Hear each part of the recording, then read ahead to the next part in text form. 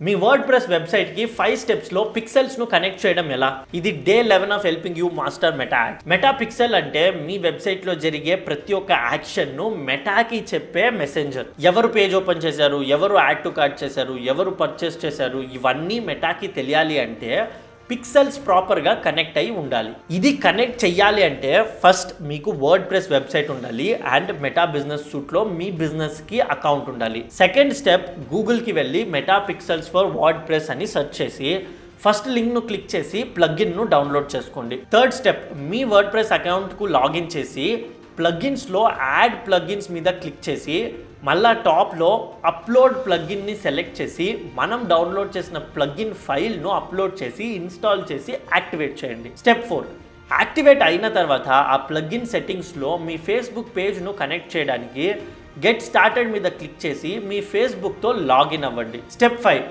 Login అయిన తర్వాత మీ Facebook connect అయిన మీ బిజినెస్ పోర్ట్ఫోలియో అకౌంట్ సెలెక్ట్ చేసుకుని దానికి కనెక్ట్ అయిన యాడ్ అకౌంట్ను సెలెక్ట్ చేసుకోండి. మీరు ఇంకా పిక్సెల్ క్రియేట్ చేయలేదు కాబట్టి ఇక్కడే పిక్సెల్స్ క్రియేట్ చేసి ఆ పిక్సెల్కి ఒక నేమ్ ఇచ్చుకొని నెక్స్ట్ స్టెప్స్ను ఫినిష్ చేశారు అంటే పిక్సెల్స్ మీ వర్డ్ ప్రెస్ అకౌంట్కి కనెక్ట్ అయిపోతుంది. అసలు ఈ పిక్సెల్స్ మీ వర్డ్ ప్రెస్ వెబ్సైట్ నుంచి ఎటువంటి డేటాను తీసుకుంటుంది అండ్ మీ యాడ్స్కు బెటర్ రిజల్ట్స్ రావడానికి ఆ డేటాను ఇది ఎలా యూజ్ చేసుకుంటుంది అనే దాని గురించి నేను ఒక మెటీరియల్ రెడీ చేశా.